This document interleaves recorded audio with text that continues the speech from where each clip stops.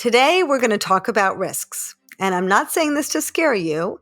If you know me, you know that I really want to educate you. It's so important to have education in this process. And our guest today, Peter Boni, is going to give us a lot of education because he's going to share with us what it's like to be donor conceived, but also so much about the industry that he knows so much about. And he also knows a lot about what to do about the problems in the industry.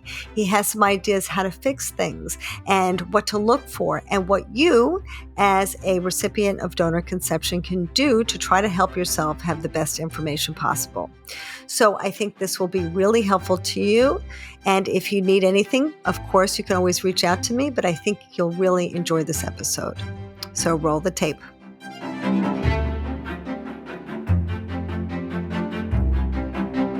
Welcome to Donor Conception Conversations. This is the one podcast created exclusively for people who are planning to use donor conception to build their family, or for people who have already used donor conception to build their family.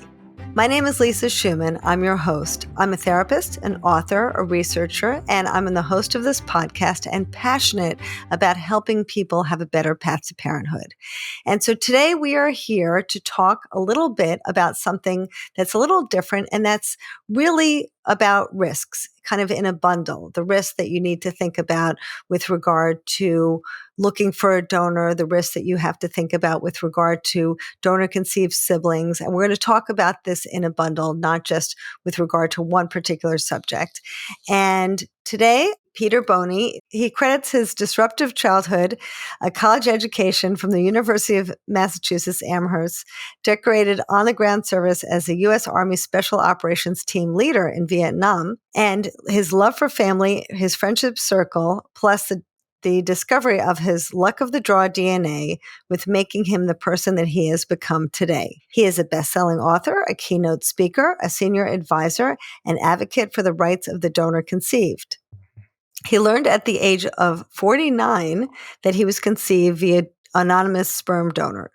After researching the entire assisted reproductive technology industry for 22 years while searching for his genealogy, he wrote his award-winning book, which is called Rooted, and now retired from his accomplished business career, high-tech CEO, venture capitalist, board chairman, acclaimed entrepreneur, nonprofit leader, and more. Peter enjoys an active physical regimen, entertaining and sailing with his friends and family while at his Cape Cod residence, and he is also a fun-loving grandfather. He travels with his wife to many places, including San Francisco and New York City, to see their growing family, which is so lovely. And we're so happy to have Peter here today because although he's not in the fertility industry, he really knows so much about it. And being donor conceived himself, he's going to give us some insight in both the practical aspects of things that you need to know, but also the personal things. So welcome, Peter. I hope that I gave you a decent summary of your background. Perhaps you can share a little bit more with us about things that maybe people would like to know about you. Sure. Thanks, Lisa. I appreciate the opportunity to speak to you and your group as well. My donor conceived story started when I was 49 years old, and this was in 1995. So that's 28 years ago now. My then 75-year-old mother had open heart surgery and then a post-operative stroke. So all of the locks that guarded her secret with that stroke just didn't work anymore. And as she was recovering, she began to spill the beans that I wasn't the product of my dad. I was a product of an anonymous sperm donor in the waning days of World War II. This was conceived in 1945. Wow. My three things that I thought made me who I was, I always took my DNA for granted. And here, DNA is really the blueprint of who we are, according to many researchers. So I suffered from this identity trauma. The disruptive childhood, with my dad being sick and eventually taking his own life when I was 16 years old, was an opportunity for trauma stifled. Old world Italian family kept it all secret. They were ashamed, didn't want anyone to know, it might spill over onto them. I bought into that. Although I thought that the disruptive childhood, I credited that to my adaptability. college education opened doors of opportunity for me that I never anticipated would be that open. And that special ops combat enabled my collaborative leadership style. But once again, when I returned home in 1970, it was trauma stifled once again because the sociology was so negative to military and war. Someone said, maybe it was Muhammad Ali, the marathon isn't what wears you down, it's the stone in your shoe. Yes. I had 3 stones in my shoe. I had the disruptive childhood, trauma stifled, the special ops combat trauma stifled, and then this new identity trauma that I had just experienced. Oh my goodness. So, at the behest of my family and my friendship circle, I started some therapy. And I bought into the concept, the old world concept, that if you're weak and needy and need therapy, maybe you're unfit for command. Well, I was a CEO, but I saw that attitude in both the war room and in the boardroom. So I sought that therapy very quietly, cycled through a couple of therapists before I found the right one. And he was an interesting guy. He said, well, son, you just hit a trifecta because new trauma, this identity trauma, rekindles old trauma thought long past. Yes. I had to deal with all 3 of my issues all at the same time. And at the time, my wife and I were going through a marital crisis as well, so we were dealing with that. But we emerged from that. Genealogical bewilderment, I think, really drove me. That's a term that was coined by a pair of psychologists when they were studying adoptees, and sometimes the adoptees had difficulty in their sense of belonging. The old days, they called donor conception semi-adoption to make it a little bit more socially acceptable. I was just driven. What was my genealogy? If I wasn't Northern Italian, what was I? What was my health history? If that's not important, why does the doctor ask you every time you go? Mm-hmm. Did I have any siblings? I was raised as an only child. Did I ever date a sibling or worse? So these things just drove me drove me to research the daylights out of this area. But there were no records kept in the waning days of World War II. My mother gave me some clues, the name of a clinic and the name of the doctor. Well, she misremembered the name of the doctor. She misremembered the address, didn't know quite the name of the clinic. She just knew that it was a Harvard educated fertility specialist who was a professor at Harvard. So the first thing I did was go to Harvard and I looked at every clue that I could find, and I just didn't find the name of the doctor. I didn't find the address of the fertility clinic. I didn't find anything. So the only thing I could do, which was therapeutic for me, is to do a deep dive of research into the whole arena of assisted reproductive technology to begin with.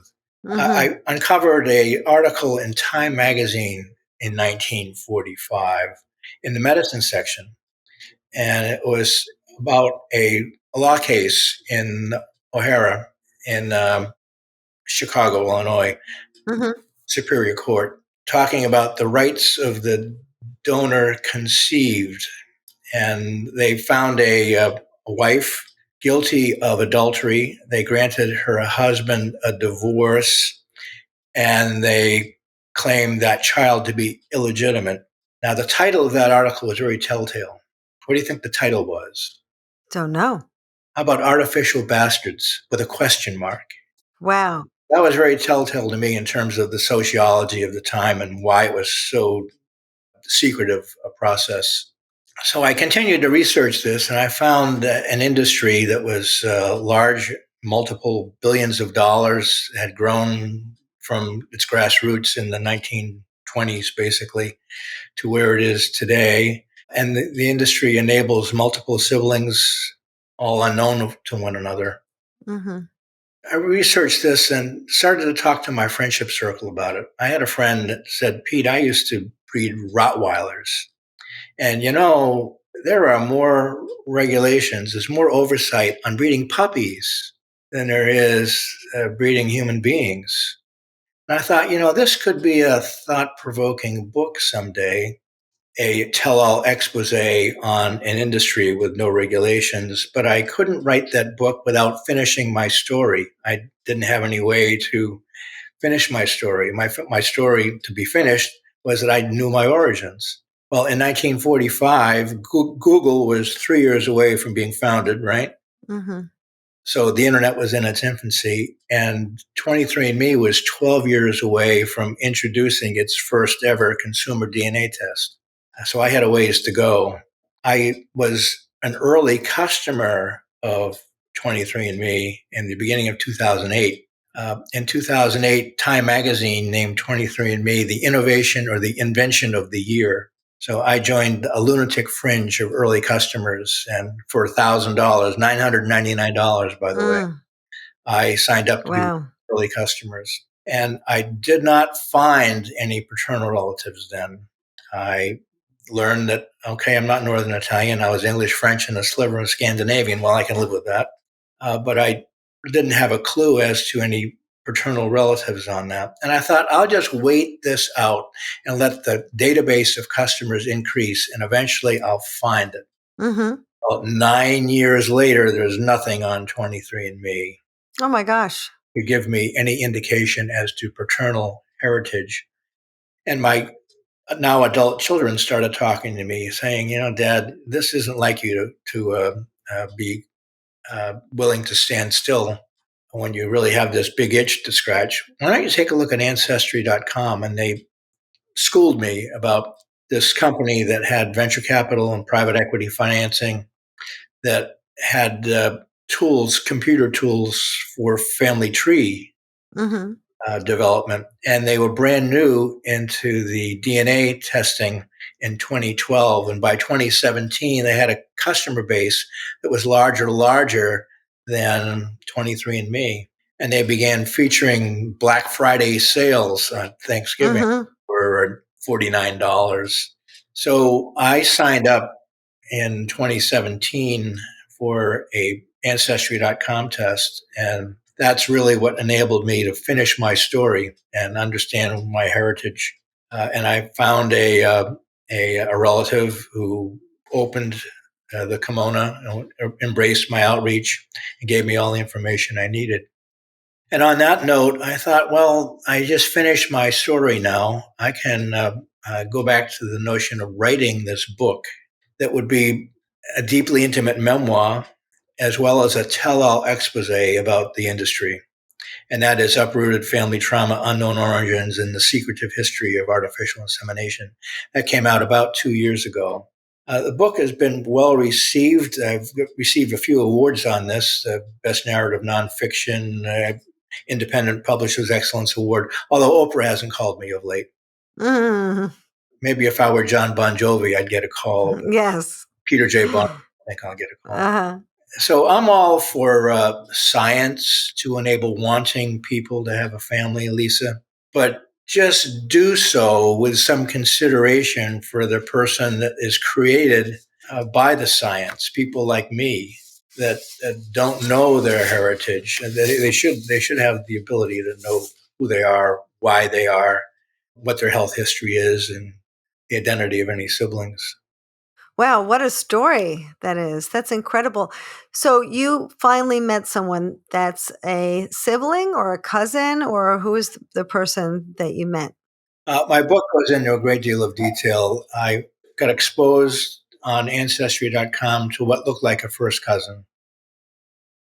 And did you find any kind of healing from doing that? Did you feel that that kind of fulfilled a hole inside of you? Do you think that there was something that was emotionally gratifying in a way that's nothing else is for you to have that? Yes, yes, and yes, but the book was part of my healing as well. I thought to heal, I really needed to reveal. And the book both revealed an intimate piece of me that I always kept hidden, as well as an industry that is ripe with some dysfunction. Well, that's an incredible story. Thank you for sharing that with us. I know that has been years of work to try to reconcile and make peace with all of this. And that's really incredible. So as you were researching this, we were talking a little bit before about how difficult that research was. As you and I know, pre-internet, when we had to get, the index cards from the library, and that's all we had. There was no Google.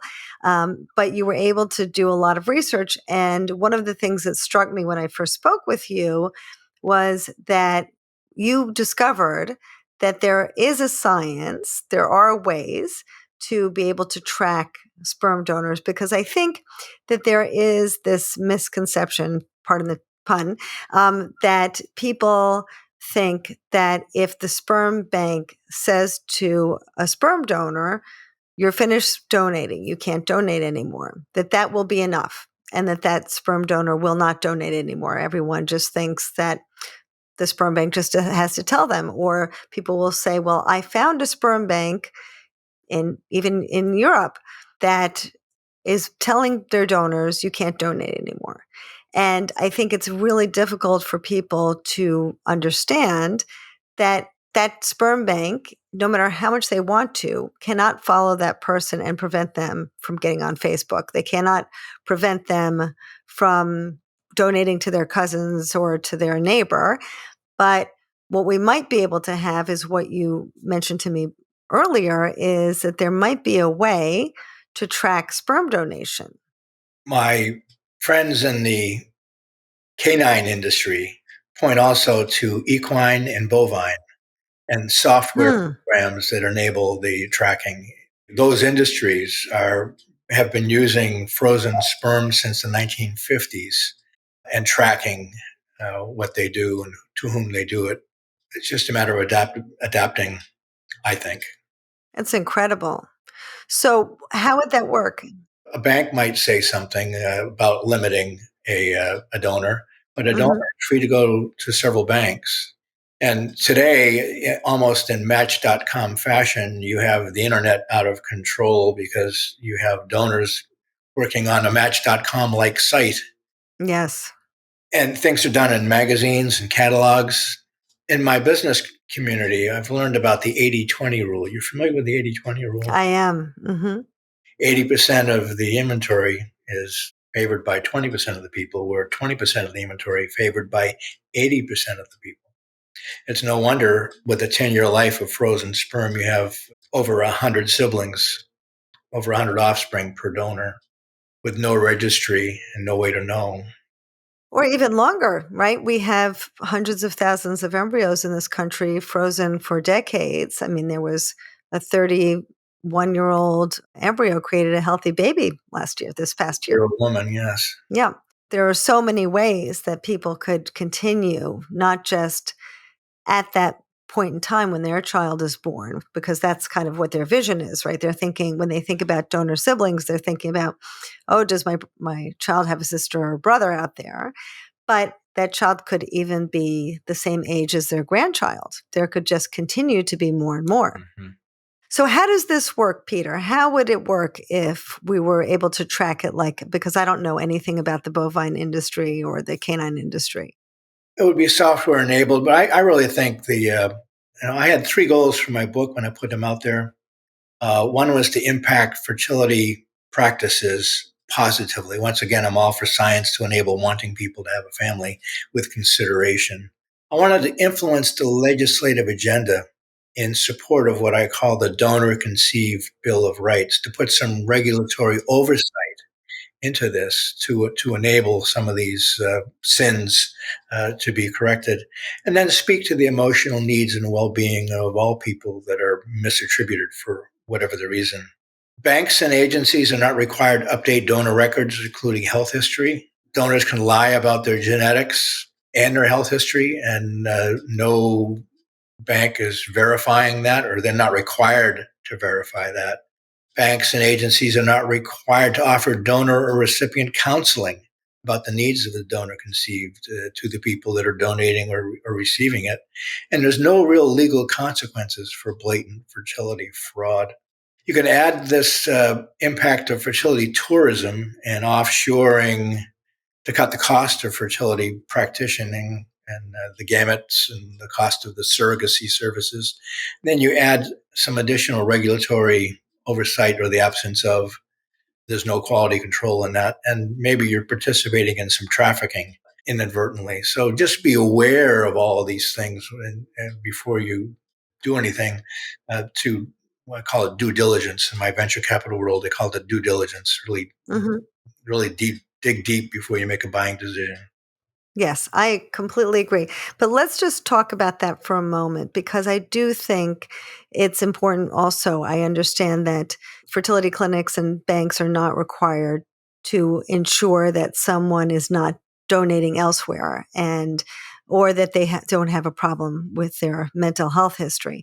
And I don't really think that's possible. That's why I think this whole idea of being able to track like the with the software, the bovine research that you're mentioning is so important because we can't follow people. And I think that people misunderstand very easily this concept of making sure that their donors are cleared.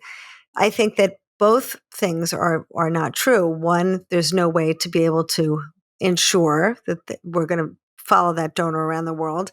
Also, at the same time, we really can't expect, I think, there to be this assumption that we're able to do it because I don't think it's possible. So I think being able to do what we can, do the psychological screening, which will at least provide us with a sense of is this person trying to deceive us? Mm-hmm. And at the same time, having that software that you proposed might give us some tools to try to ensure the mental health of the donor and also that they're not lying about whatever they're doing including their mental health history, right? So we don't want that as well.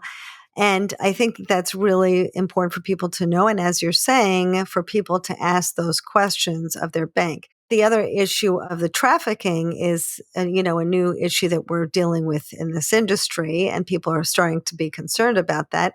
And for the people out there who are unaware, there are some concerns that there are people who are the victims of human trafficking who are also providing sperm or eggs and that they end up in some of these banks.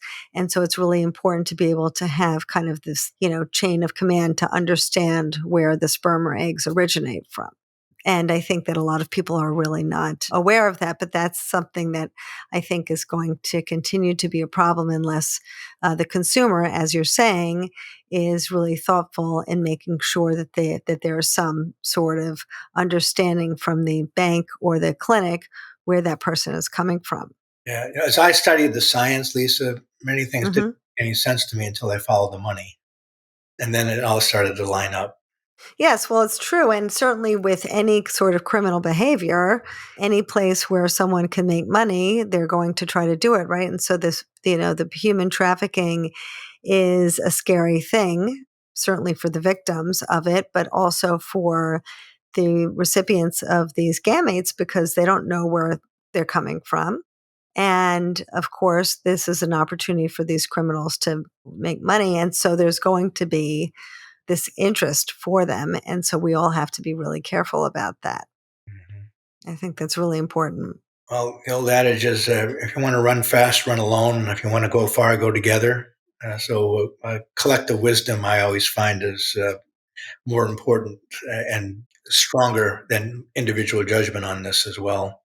So what do you recommend if someone is interested in looking for a donor who is not someone who gametes came from someone who's being trafficked? What would you recommend that they do? I think the first thing I would advise someone to do is to get some coaching, get some counseling on this whole area from a professional. And there are professionals out there that specialize in the fertility arena. And once again, run fast, run alone, go far, go together, and seek some help. Yes. And I think that's really important. I agree with you. And someone who's seasoned in this area, unfortunately, we're talking about abuses of our industry. even within our industry, the American Society for Reproductive Medicine, people pay dues and then they say they're an active member, but they're not really, they don't go to trainings, they're not involved, they're not educated about it. So it is important to get a good educated therapist who has experience and who's seasoned in this industry to really guide you about how to look for a donor, how to choose the right bank or agency or clinic. And certainly the clinics, we know the clinics who recruit donors, those donors are, the egg donors are going through the egg retrievals there. But certainly with the sperm banks, it is a little bit more difficult to track that sperm, right? And also with embryos, we want to make sure that we have an idea that the bank or the agency or the clinic knows where those embryos came from.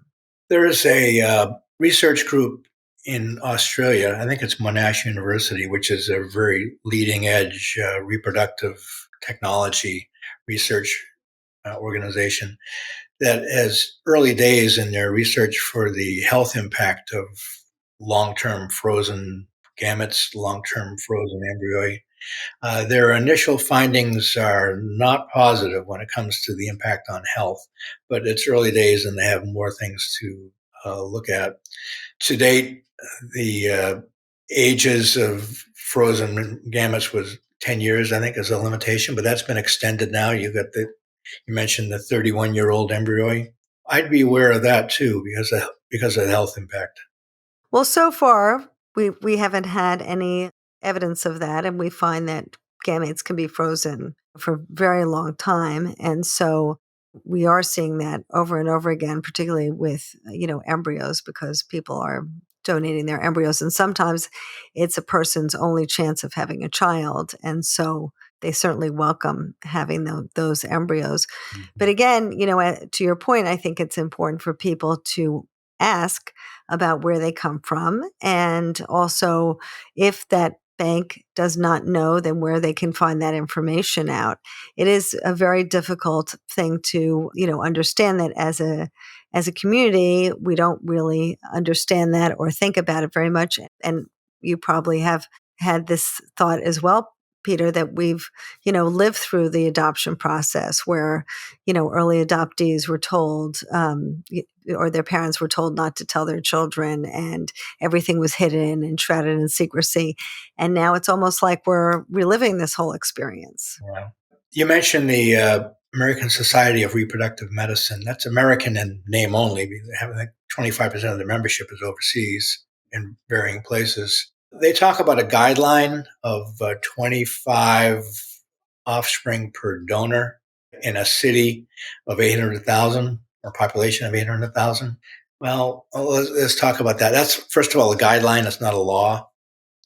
And a bank might talk about adhering to the guideline. Well, adhering to that guideline, that would mean if I were in Sacramento, California, or Boston, Massachusetts, I'd have 25 siblings.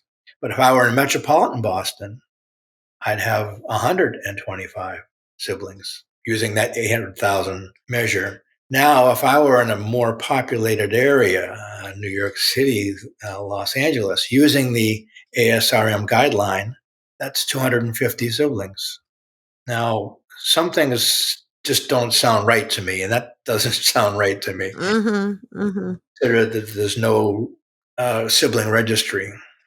So, speaking of that, Peter, because you did so much research on this and you did mention this idea of law, which you and I spoke about before, what would in terms of legal plans for this, because of course we don't have any laws in this country about this, what would you see as being a feasible legal parameter that would be, I guess, a federal decision to limit donors or to limit the numbers of donations or to have a tracking system like the software you recommended? How would that work, and what would you recommend in terms of if we were able to enact that? Well, there are two advocacy organizations that I've been taking my book proceeds and donating that have been working this. They've been working on a state by state by state basis, and I'm assisting that and attempting to put that into federal view as well. First and foremost, abolish anonymity. Mm-hmm. It is de facto abolished anyway by virtue of DNA testing Yes. and require the release of genetics and health history. Big number one, limit the number of offspring per donor to be something within reason. The state of Colorado has just signed into legislation the donor conceived Bill of Rights to do exactly that. I believe 2025 is the time of effectiveness on that. The state of California looked at Colorado. Legislation was drafted for the governor's signature, and he refused to sign it. He didn't like the state taking the expense and responsibility of the sibling registry, so he put that back to the drawing board. Hopefully, they'll come with something that can be given to the governor again to sign it. Required health history. I mentioned the legal consequences for blatant fertility fraud, lying to a bank about your background, for instance, a doctor using his own sperm. That's happened plenty of times on countless numbers of their patients. There's no law against that. Although now there has been in 12 different states, thanks to one advocacy organization that I've been funding, they've been able to put fertility fraud on the books in 12 states. And that's up from nothing 2 years ago. So they're making headway in the donor conceived Bill of Rights. Also, in that Bill of Rights would be requiring a donor or recipient to get counseling, not making counseling available, requiring it. Yes. Available. Very important.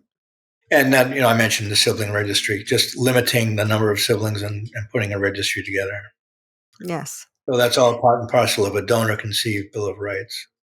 Well, that sounds like it would be great. I think it is, though, I think, for our audience to know, although this is like an ideal plan, in places even like in Denmark where they have a government agency which is tasked with following donors and trying to ensure that donors don't donate more than a prescribed amount of times.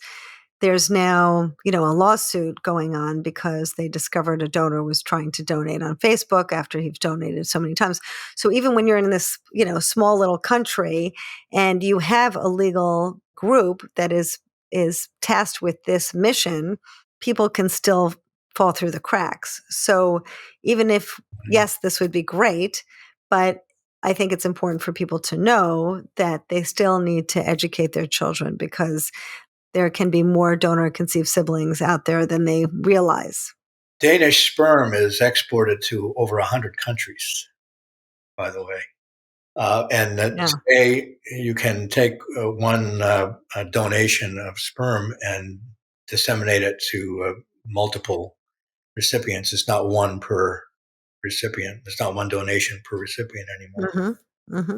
So there's always, going to be some cracks. There's no perfect system, but I think what you're proposing to be able to have some sort of tracking system and a database where people can find donor conceived siblings and do their best to try to ensure that there's some limit. We certainly, learned during the Prohibition, if there's a law against something, some people will follow it, right? So, we can't be certain, but at least it can help. And so I think these are great ideas. Well, it's important to have a legal consequence for blatant misbehavior. Yes. Eliminate the misbehavior, but certainly a consequence for it. Yeah. Is a prescription of social order. Yes, of course. Absolutely. And I agree with you 100%. And there have been donors who have, traveled the world donating their sperm and continue to do so, and no one's stopping them.